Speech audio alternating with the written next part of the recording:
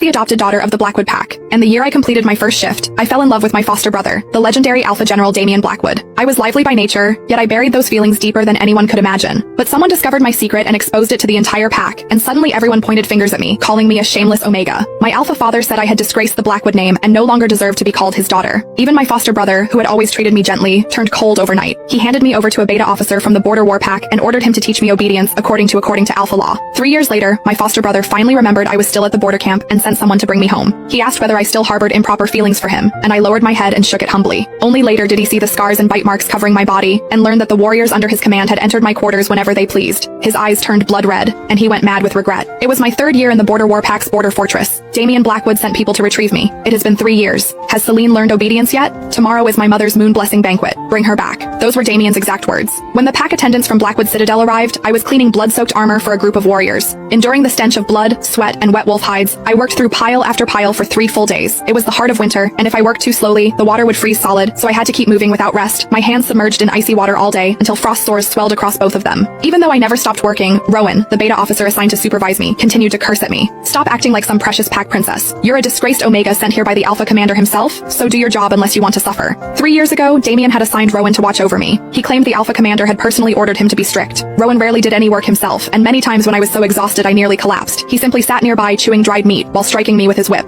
Trying to slack off again? Do you not care about your own skin? At first I was not afraid of Rowan, because I believed Damian was only angry for the moment and would eventually come for me once his temper cooled, so I refused to work. The whip in Rowan's hand came down without hesitation, tearing open my flesh. Everyone thought he had gone too far and worried that Alpha General Damian might one day hold them accountable, but Rowan only sneered without the slightest fear. The Alpha Commander made himself clear. If this woman dies, it will be because she refused to obey. No one will blame us. Day after day, I forced myself to work with every ounce of strength I had left simply to avoid further pain. So when someone came with news that Damian wanted me brought back to Blackwood Citadel, I assumed it was another cruel joke from the warriors. They had done it many times before. Like starving wolves, they would tear at my clothes while I cried myself hoarse and shouted threats at them. If my brother ever takes me home, every one of you will die for this. They laughed as though they had heard the funniest joke in the world. You still think you're the daughter of the Blackwood Pack? Wake up. Alpha General Damian abandoned you here years ago. You are nothing more than a discarded Omega now. They mocked me while tearing at my clothes, and their hands never stopped. Look at you. So many warriors have already used you. Why hasn't your precious Alpha come to take you home? I fell silent. Only tears continued to slide from the corners of my eyes. After they left, I wrapped my clothes tightly around myself and thought about dying more times than I could count. From that day on, I never called Damian my brother again, and I never spoke his name. Now, hearing it again felt strangely unfamiliar. Rowan was passing by with a piece of dried meat in his hand when he noticed I had stopped working, and he immediately raised his whip to strike me again. But the moment his eyes landed on the pack attendants from Blackwood Citadel, he froze. After learning why they had come, Rowan hurried forward and bowed respectfully. My lords, Celine is filthy from camp labor. Allow us to clean her up properly before sending her back with you.